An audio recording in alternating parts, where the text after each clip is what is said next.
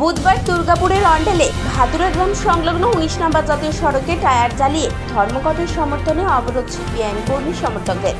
অন্ডাল থানার পুলিশ ঘটনাস্থলে এলে বাড়ি উত্তেজনা।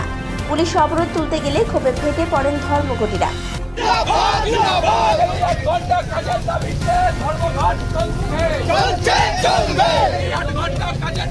জাতীয় সড়ক থেকে অবরোধ তুলতে এলে পুলিশের সাথে ধস্তাধস্তি শুরু হয় সিপিআইএম কর্মী সমর্থকদের।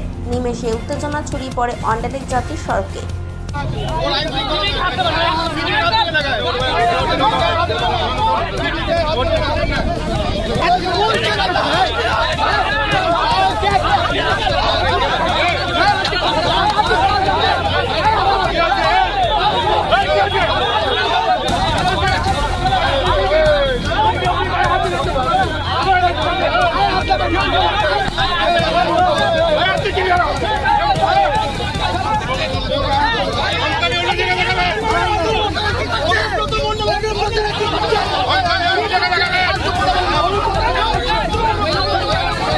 পুলিশ তো হচ্ছে যে কার্যত তৃণমূলের হচ্ছে যে দাসত্বে রূপান্তরিত হয়েছে।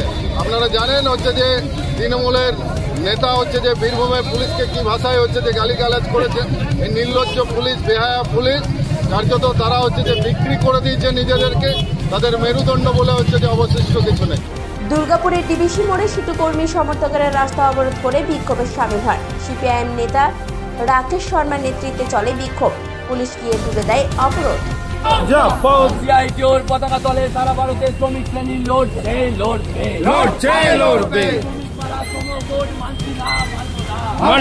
মানবো না। শ্রমিক বিরোধী শ্রমকোটের বিরুদ্ধে সমস্ত মানুষ এক হও। শিল্প মারা শ্রমকোটের বিরুদ্ধে সমস্ত মানুষ এক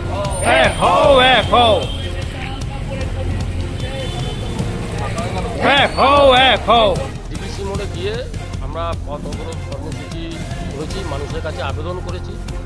এমনিতেও আজকে ডিবিসি মোড়ে মানুষজন কম, বাস কম চলছে। আমরা মানুষকে অনুরোধ করেছি যে গোটা দেশে যা সম আইন চালু হতে চলেছে এবং তৃণমূল হচ্ছে লড়াইটা ছিল মোদির বিরুদ্ধে, বিজেপির বিরুদ্ধে, কিন্তু তৃণমূল রাস্তায় নেমেছে পুলিশ বাহিনী। আমরা বন্ধ করেছি, আমাদের বন্ধ সফল হয়েছে। পরবর্তীকালে যে সমাজ বিরোধী অ্যান্টি সোশ্যাল পুলিশের সামনে ঝামেলা করার চেষ্টা করেছে, দুর্গাপুর থেকে অনুরাধা সেনগুপ্তের রিপোর্ট, খাঁটি খবর।